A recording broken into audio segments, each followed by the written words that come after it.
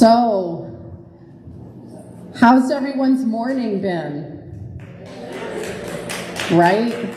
Do we feel nourished? Do we feel inspired?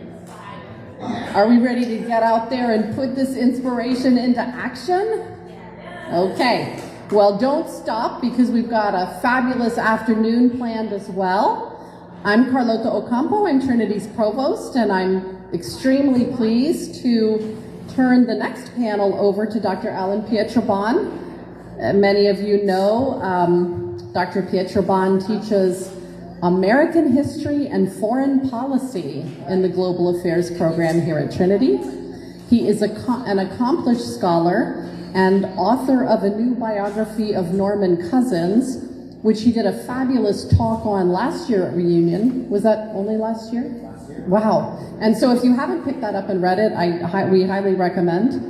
Dr. Pietrobon specializes in issues related to nuclear non-proliferation and peacekeeping. Dr. Pietrobon earned his bachelor's degree in history at the University of Waterloo, his master's at Wilfrid Laurier University, and his PhD American University right here in Washington, D.C. And with Dr. Pietrobon will be Chonya Johnson, Chief of Staff to Congressman Troy Carter, D. Louisiana. And I'm going to hand the mic over to Dr. Pietrobon.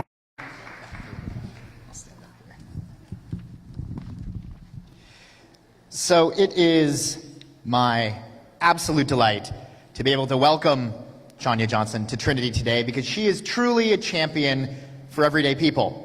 She has had an illustrious career as a Hill staffer who, by my count, worked for 7 different members of Congress over the years. But she's also worked as an advocate in the nonprofit world, pushing to end global hunger. She is now the Chief of Staff to Democratic Representative Troy Carter of Louisiana. And if that wasn't enough, she's also an award-winning public speaker and an author of a number of books on the topic of leadership and advocacy, all with the goal of helping regular citizens effectively advocate to have their voices heard by our government. So, welcome to Chonya, but I also first want to introduce our amazing recent Trinity graduate, Sircey Smith, who graduated last year. Hooray! And has recently returned from spending the summer in Monterey, California, where she was completing a prestigious fellowship with the James Martin Center for Nuclear Nonproliferation. So that's exciting too. And I'm especially happy to have her here because the structure of our panel is, in a moment, I'll welcome Chonya up to give a few remarks to kick us off, and then we'll turn the mic over to Sircey to have a little chat with Chonya with some questions, and then we'll open it up to the audience. So if you've got questions, feel free, hold them to the end, and we'll have a discussion with all of us at the end. So, with that, Chonya Johnson, thank you.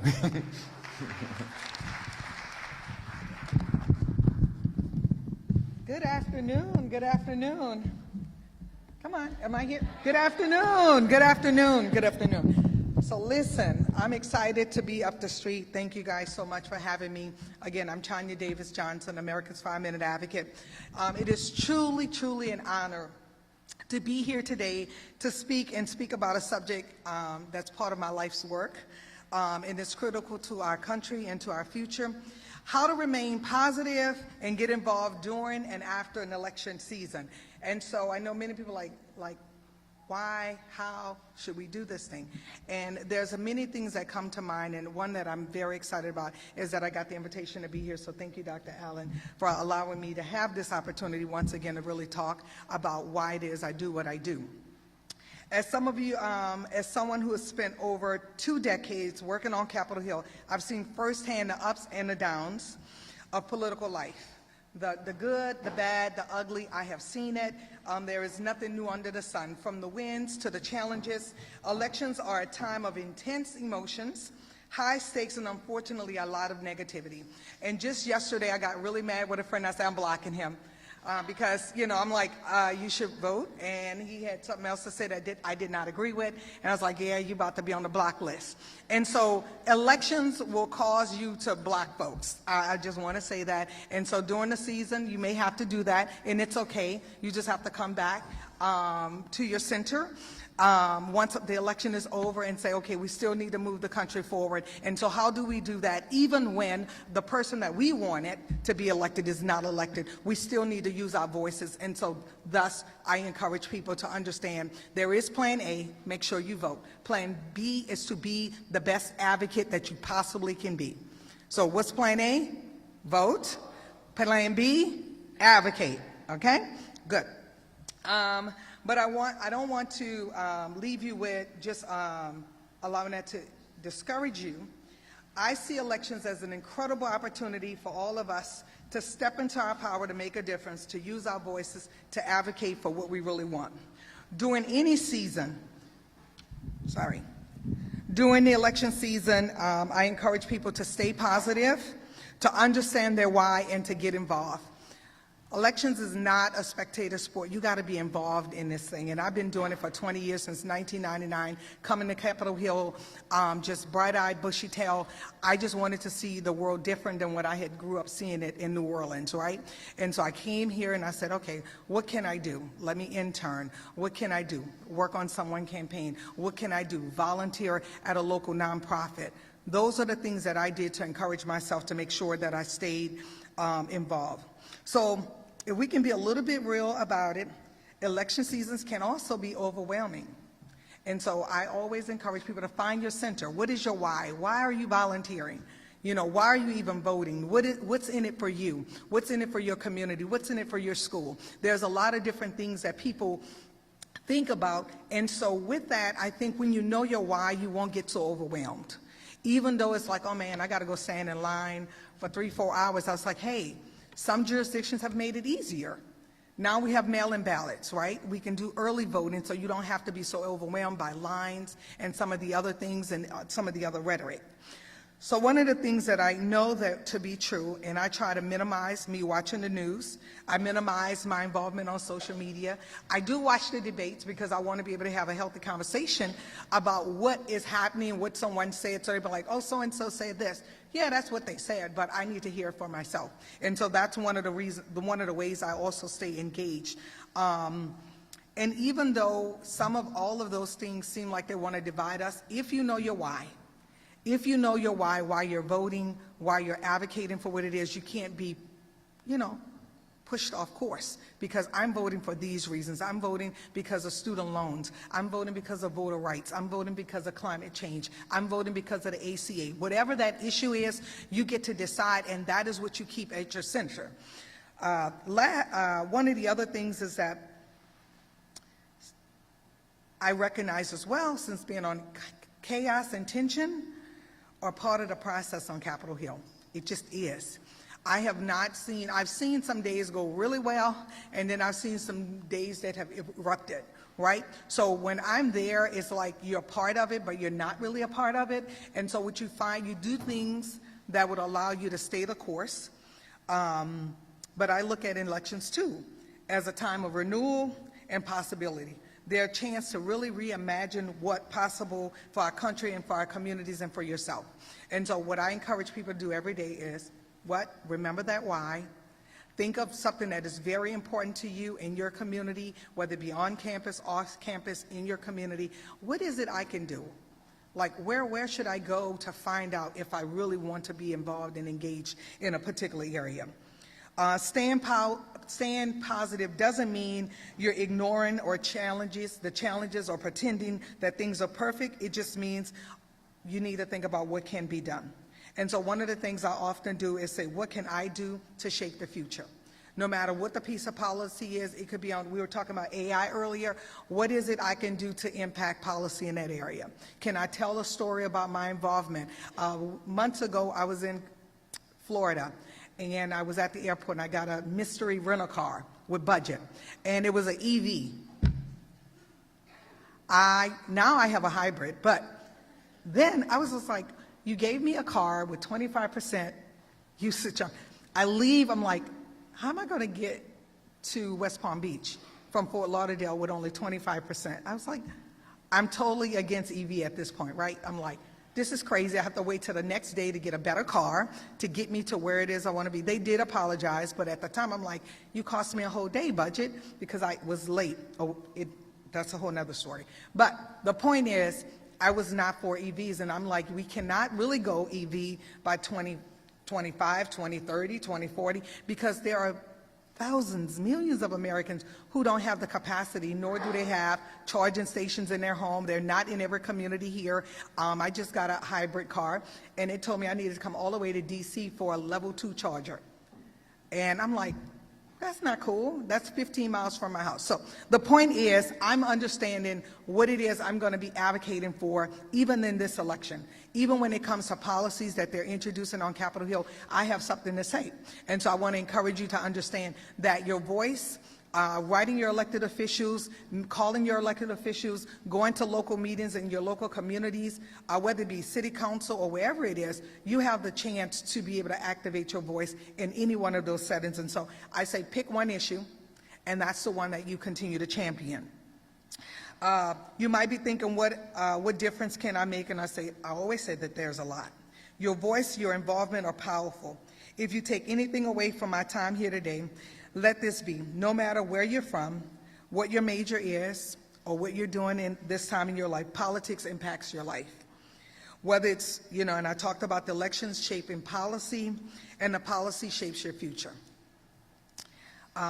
For our young people that are in the audience, I've seen young people make tremendous impact on Capitol Hill. Some have in turn and gone on to influence national legislation. Some have organized in communities, inspired the voter turnout. We can look at what happened in Georgia. And I've also seen young people be agents of change by bringing very fresh ideas to Capitol Hill, which is where they need it. I'm a little bit older on Capitol Hill, been there for 20 years on and off. And I love it when young people come to Capitol Hill to intern, to do a day shadowing us. They get to see how we are making policies every day that impact everything in this country, and even in other countries. And so I encourage them to just come and see and learn and soak it up. Even if you don't want to intern, you just want to come and meet your elected officials and say, let me just shadow you for a day and see what you really do. It's one thing to watch it on TV, but to come and be up close and personal with it is a whole nother story. And so I invite you to do that. Don't underestimate your power. Whether you're registering voters, it matters, interning or campaigning, simply having honest conversations about the issues that matter to you, it matters, because your voice and your involvement is critical in the process. The last thing I want to leave with you all is find something that's really authentic to you as it relates to being, whether it be on the state, local, or federal level. You can intern or you can volunteer on a campaign.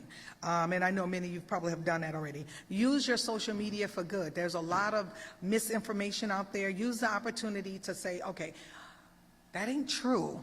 Let me give you some facts. Let me point you to house.gov so you can see the actions that was taken on this bill, so that you can see who voted for XYZ. You don't have to fuss with people and be back and forth, but what you can do is provide them with the tools so that they know. I also often say, join an advocacy group or start one. If there's not one for the issue that you care about, find a like-minded friend and say, hey, let's start this little group so we can advocate and do the things that are necessary. How many of you know your elected officials? You know you're good. How many of you written your elected official in the last 30, 60 days? Okay. More of you. Thank you. How many have you called your elected official in the last? Yes, thank you. Okay, very good. I often say, as America's 5-minute advocate, it takes 5 minutes for you to write, call, and or speak at a local election, testify before a city council, right? Less than 5 minutes. And if more of us got involved in the rhythm of saying, hey, I want to be a 5-minute advocate, this is what I'm going to do, write them, call them, it's going to take less than 5 minutes. They will appreciate that because they're hearing from their constituency. We get a lot of calls about a whole lot of stuff. And so I'm often like, okay, that's enough, because sometimes constituents want to be on the phone for a real long time, but they're venting. I'm like, put it in writing so that we know that we have what it is you are concerned about. And so continue to do that, and more of you pick up the phone. I often tell people, if you have your PIN 202-225-3121 is the United States Capitol phone number. Call it. They'll tell you who your elected official is. All you have to do is give them your zip code, and they're going to, connect you and patch you through. But just call and say, hey, I'm concerned about reproductive rights. I'm concerned about voter rights. I'm concerned about, judiciary issues. Whatever it is, they need to get that feedback on record, because the other people are calling about what they are supporting or not supporting. So I want to encourage you to do that. Vote and encourage others to always advocate. It's one thing to show up at the polls. I love that we have the right to vote, but the best thing that we could do is advocate for what it is we want. We're not leaving it up to the elected officials to decide. We are now advocating, saying these are the things that are important to me, and this is how I think we should go about doing it. So don't think that I shouldn't call, I shouldn't write. Yes, you should. That's part of being more engaged, being a super voter, being a super advocate, is about letting them know I see this with a different lens. They don't have the benefit of having your everyday knowledge, so you are the person that should bring that to them, right? So become an ambassador for your elected official, for wherever you live, or for whatever issue you're working on. So the last thing I want to leave you guys with, democracy doesn't work without you. Elections are not a spectator sport. Your engagement, your energy, and your optimism is a lifeline of this process. And as Chief of Staff, I can tell you from experience that voices matter. You're writing, you're calling, you're doing all the things. It really, really does matter. Capitol Hill is not a distant place. When I worked here in DC public schools, the young people used to say that dome thing, and I was like, that is the United States Capitol. It's not just that dome thing. It is where we're making policies every day that impact your life. And so if you're here in the DMV area, I encourage you, you can look me up and I can give you a nice little tour, but I want you to also know who your elected official is. So feel free to look me up there. The last thing is stay positive, be the light in the process. Dr. Allen said, can you talk about the positivity? I said, I'm Miss Positive. And that's how I stay excited, because I know who God is, and I know that there's a purpose and a calling on my life to encourage people. And so I stay very in a positive space. And some people are like, what you on? Nothing. I'm high on life. I love what I do. I understand the intersection of politics in my level of engagement. And so these are the things that I'm going to do. But you get to decide how you're going to show up in the process. You get to say, hey, I'm going to remain positive despite if they're talking about my candidate or not. Guess what? I still have to remain positive and know that there's hope on the other side, even if my candidate doesn't win. And people get nervous when I say, listen, it don't really matter to me who wins. I have a preference, but I still have to be involved in the process. I still have to advocate for what it is I care about. It does not matter who is in office. I still have a job to do, which is advocate for my community and for the things that I am concerned about. So stay positive, be the light in the process, and most importantly, step into the election season with a sense of purpose, knowing that your actions, no matter how small, can shape the future of this country. We need you, and I'm excited to see what you do. Thank you so much.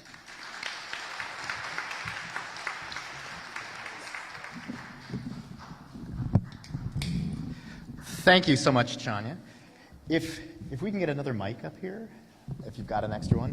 What we're going to do, we've got about 10 minutes or so for a little chat, and then about 10 minutes or so for some audience questions. So I'll turn the mic here over to Sircey, and I'll give this one to Chonya. Well, first of all, thank you so much. That was a great talk. I loved hearing about it. I'm feeling inspired myself. I guess to start off, for students who maybe are considering a career on the Hill, what should they know? Like, what's going to make them successful? That you can do it. It doesn't matter where you're from, that we need people from all walks of life on Capitol Hill. It's not some ivory tower or, hey, my dad is a judge, my mom is a doctor. Like, it does not matter. That's the one thing I would tell people. When I came to Capitol Hill, I came from, I would say, they say the hood of New Orleans, we call it uptown New Orleans. And folks are like, how'd you get there? Well, my mom, my dad was very much, I would say, I guess, working class people. And And so, no, they did not. They did not know the judge. They did not, they were voters. That's probably why I have the passion, because my grandfather made sure that everybody in the household voted and worked on local campaigns.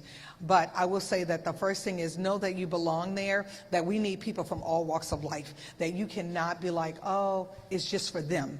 It's for all of us. Thank you. Yeah, I love that. You're welcome. Kind of related on that, what do people not know, or what do people not tell you about working in politics? That there's no money?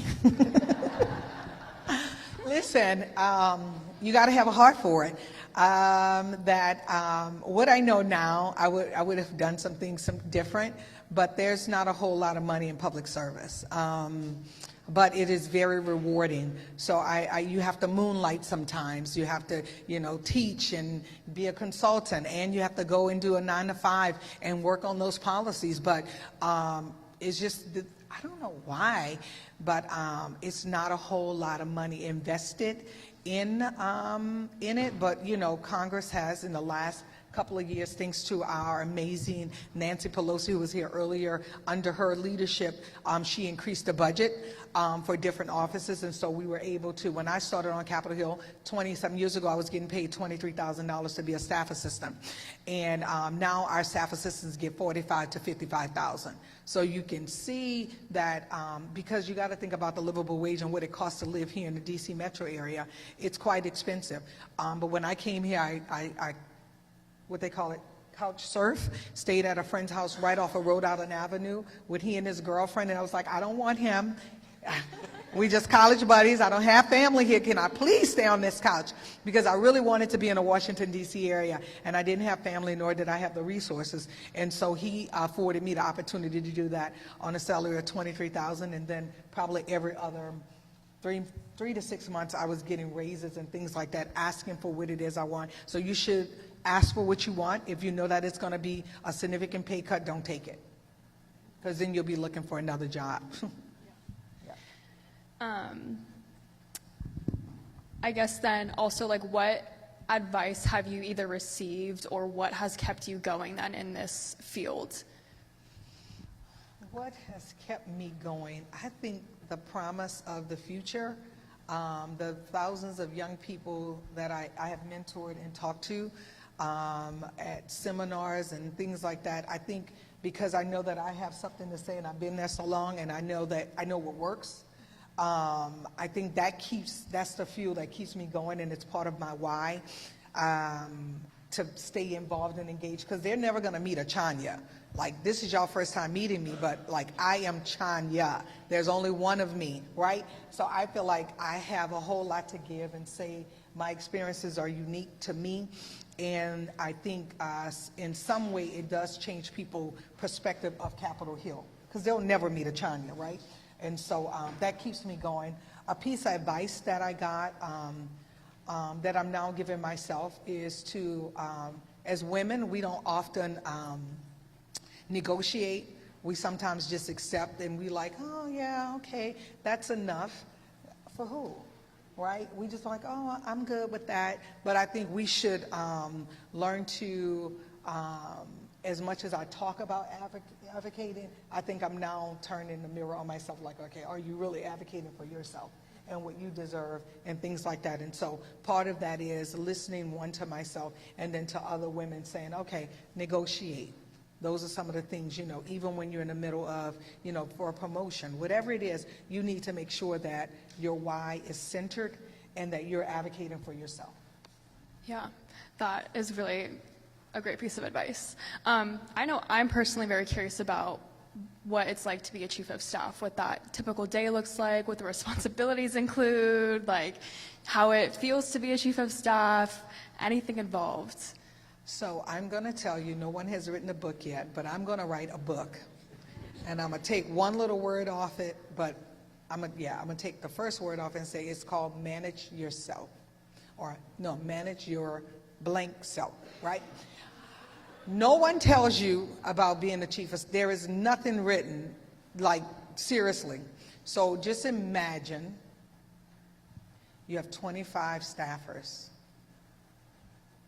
age range from 20 to 65, and they each have 5 personalities that are just different. Dr. Jekyll, Mr. Hyde, you name it, all of it. And they're messaging you, saying, I missed the train, my dog died, I have to leave early today, I didn't take my meds, I need to go to the bathroom, can I go to the bathroom? Like, why are you asking me, can you go to the... Listen, it is one of the most interesting jobs I've ever had in my entire life, but I am so grateful to God that he said, Chonya, you're up for the job, because believe it or not, I never went after a chief of staff job after 10 years, and people are like, oh, you'd be a great chief, right? I was like, nah, I'm not with that. Only because, honestly, what I thought, being in the DMV, I said, I don't want to be on the front page of the Washington Post, right? I don't want them to be like, somebody wrote this letter and the chief let it slide. Because everything, that was my scare, that was my fear. I felt like, Lord, if somebody write a letter and I didn't catch that comma, it's going to be over. Or they didn't have the subject-verb agreement right. That's what I was thinking 10 years ago. Like, nope, I don't want to be nobody chief. I'm going to go live my best life. And I left and I went to Bread for the World, which is where I met Amelia. And I was there for 2 years during COVID. And someone called me up and said, hey, your hometown congressman needs a chief. I think you'd be great for it. I was like, nah, I don't mess with Louisiana folks like that, because I left home back in 99. No, I'm good. And he called me up. We met on Capitol Hill, sat on a bench for about 3 hours and just talked. And I said, okay, I guess, God, if you want this for me, I guess I'll go and do it. But nobody tells you, no one. Now, I'm the person that's like with the flag, like, let me tell you. And so I'm encouraging chiefs, like, you need to take care of yourself. Your mental health means more than anything. You gotta take a break. I'm on my break right now, just so y'all know. October, November, I don't go back to work until after the election. I'm like, y'all can have it. God, make a way. I will pop in on the text messages, but I need a break. I need the time out. So no one tells you that you're managing all of these people, and you still have to be civil. You can't cuss folks out. I have never, thank God I haven't. Thank you for the break, because I think I was almost there. And I just say, no, God, you got to give me this break, because I need it. But people and their personalities and all that they bring to an office on a day-to-day basis, it could be traumatizing, but I know who I am, and I know I have faith in God that he got me. And so it's like managing that. Nobody tells you about that, to answer your question. Nobody. I don't know anyone that has written a book. I have talked to hundreds of chiefs, and all they just said, we just give each other a look like, we were like, chiefing is, it's a very interesting job, and I wish you all an opportunity to do it. So you can experience it. But I would say it is rewarding as well, because you have, in our case, I have my whole state. I have constituents in the palm of my hand that I have to be very aware of, their sensitivities. When they call us, they're not, they don't care that we just talk to 10 other people. They want their issue resolved. And so when I'm talking to staff, I'll be like, listen, they called us. It don't even matter that they're not in the district. Let's connect them to the next resource. Let's find someone to help them. We're not just going to punt them off to, just send them to another office. They called us. Let's be of a resource as best as we possibly can, but no one tells you about chiefing. And so it's one of those jobs that it's a gift, it's a calling, it's a blessing, but it's also can be a nightmare. But nightmares don't last always. So I kind of move in, dip in it, and come on out of it, because I know who I am. Yeah. Wow.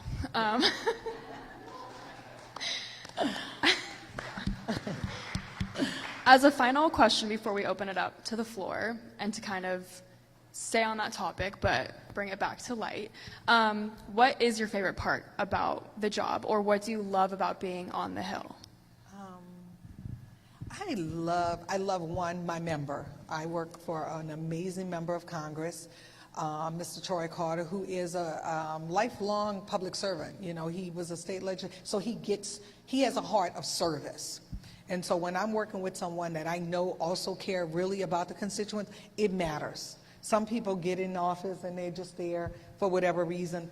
But when you work for someone that you know they really do care about the people, it just is like, yummy, right? Because you could have a member that just like, what are you doing? You know, oh, I was about to say something. Pulling fire alarms, right? Like, why? That's a whole nother story. But I love the young people that I get to interact with. I do love that because that's me. That's where I was when I first came to Capitol Hill, you know, as an intern. I'm like trying to learn everything, be and do all of these things. So that my member, the interns, and then the constituents that come into office and tell their stories. Sometimes I'm laughing with them, sometimes I'm crying with them, sometimes I'm redirecting them and saying, hey, pull it together. When you meet the member, he's just like you. He put his clothes on, pants on, just like you, one leg at a time. Like, do not be, you know, because some of them come in there sweating, and you're like, listen, calm down. It's okay. He needs to hear from you. And so I'm doing a lot of coaching, like 5 minutes before, listen, pull it together. Like, just tell them what the issue is. Stay on message. You have a story. And that's what I tell people is connect with your story. Whenever you're going to meet an elected official, what's your story? Why is it important to you? Because they don't know. And so that's one way that you can get them engaged in what it is you're thinking about or you want to advocate for.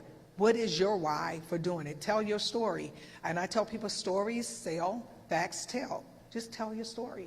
And that's what we're going to remember. We're going to use that when we go to the House floor. We're going to use that when we're doing a piece of literature on what's going on in our district. I'm going to say, hey, Shirley came and talked about XYZ. This is what's going on in the community as it relates to housing, or this is how the Affordable Care Act impacts them, right? We need the stories. So I would say roundabout, it's like 3 things. But I love what I do, so I really, really do. Being on Capitol Hill since '99, a whole lot has changed, but a lot of stuff has stayed the same. Well, thank you so much. I have enjoyed talking with you so much. I could ask so many more questions, but we're going to open up the floor so that other people get to ask. Awesome. Thank you. Questions? Testing. I don't think, okay, I was going to say I don't need a microphone. Ms. Johnson, Yes. you're a 10. You're a Trinity graduate, right? You're the kind of people Trinity puts out. You have it together. You are a 10. Thank you. Thank you. Thank you. You are a perfect example of the kind of women who graduate from Trinity. I'm an old lady. I probably shouldn't be here. I was shedding tears with Miss Madam Speaker to me, who is not Miss Madam Speaker. She's a classmate, but that's okay. It's very emotional. But what I want to say is, and Professor, Dr. Allen, you're a professor here. Would you please try to pass on to the students here what was passed on to us the day we arrived at the front door here and came in here as freshmen back in 1958-59. We were told to take advantage of every single thing that coming to college in D.C. had to offer. If it was, exam times then were different. Now they finish before Christmas. Then we used to have exams in January, which was inauguration time. Every student was here for one election. I'll never forget the president of our school up there saying to us, you get one opportunity. If you are not out there taking advantage of the one election year during your 4 years, you're missing out on an awful lot that this wonderful city has to offer. And here this wonderful lady is explaining that to you. Same thing when inauguration time comes. We were at exam time, and our president came around and said, what are you doing studying for exams when you're supposed to be downtown helping with the elections? I don't care which person you're voting for. Pick somebody, go down there and help, get to the inauguration, go to the parades, go to everything, get involved. And that's one of the beauties of being school here in D.C. So every student here should be down there meeting you, because that's what this is about. So thank you for the encouragement, because this is what these students, you're the kind of people they should be down there meeting. And I don't care what they do. We were stuffing envelopes, and it was JFK versus Richard Nixon. They didn't care. Just go down there and stuff envelopes for somebody. Get involved, otherwise you're missing out on a great deal that a place like Trinity College has to offer you. So do it. All right. So, my name is Brittany McAllister. I'm a student journalist here for Trinity Times. And my question to you is, can you say something remarkable to the young voters who may or may not be voting because of what's still going on in Gaza? Thank you for the question. What would I say to young people who, I would say, because you're here in the United States, the election matters no matter what. And so you still can make your voice be heard, whether it be abroad or here at home. But right now, you're here at home, and what's on the ballot, as the conference has said, democracy is on the ballot here in the United States. So much still is at stake here, right here at home. So I would just encourage them to say, hey, let's, make it personal. That's personal to you as well, and we don't want to discredit that or discount that or by any means. But what I would certainly say is that, guess what? We got to take her home. We're here. We have to make sure that our voices are heard here on our own soil so that people understand why it is important to understand we need a democracy that works for not just some of us, but for all of us. And the way to ensure that is by being involved in the process here at home. That's what I would say. Thank you.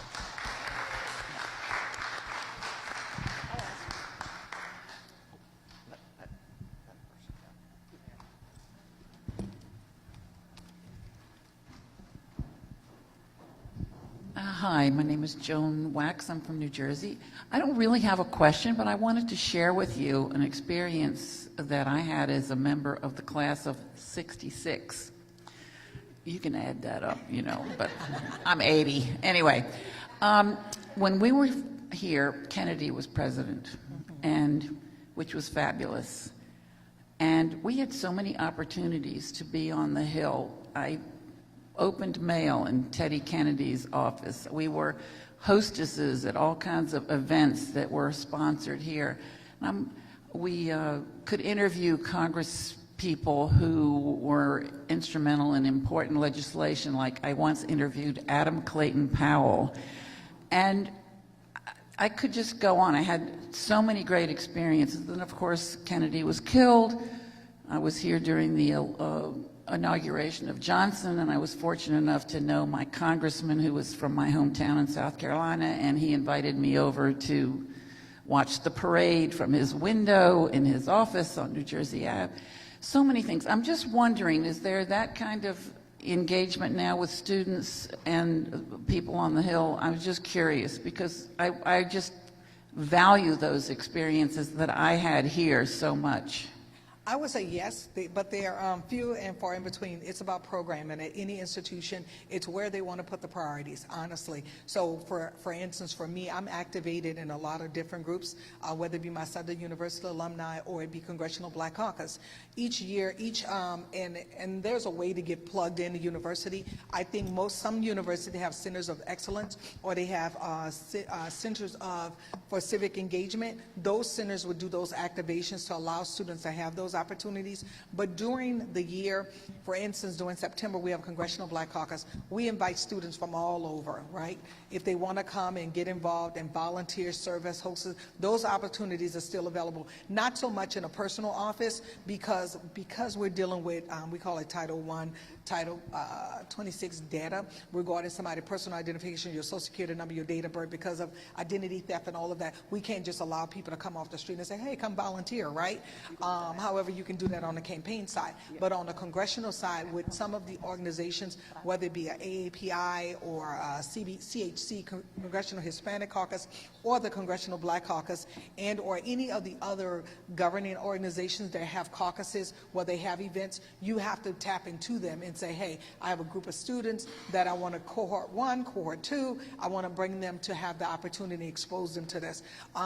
I was just sharing with her, you can go up and intern on Capitol Hill for a week. This past summer, I had a young man, this guy, Jimmy Williams, I met through McDonald Exec. He's now at the DC Literacy. He had his adopted son, maybe it was 12 or 13. You can't get an intern like that, but I was like, he can come shadow me, right? So he came to the office for 3 weeks, 3 days each week. And he just walked around, and I said, okay, well, we taught him how to answer the phones, right? We taught him how to open the basic mail. I'm like, well, you know, I'm taking a chance because he is a young man, but I trust that he's not going to steal anybody's data. He just wants to see what it's like to be on Capitol Hill. He dressed up every day, so he had that little professional thing going on. He went to the cafeteria, to lunch. He sat in on meetings that staffers were doing with different people. So it's about the will of the people providing the opportunity. So maybe it's an elected official or it's an organization that really want to open up the doors, and or a university or institution creating the opportunity and then saying, hey, we've already set it up. We just need a place to bring them. And so that takes a little bit work. And so I don't want to give somebody another job, but it does take work being able to activate and to tap into those types of programs. But I'm sure that there's some that exist, but the ones that get it are the ones that's already in the know. And so it's about making sure you widen it so that a broad array of young people can be afforded the opportunity. Yeah. I'll just add, because unfortunately we do have to wrap up in a moment here, that because I have to give a shameless plug to Trinity and our Global Affairs program, where it used to be students get internships. Great, go out and find an internship.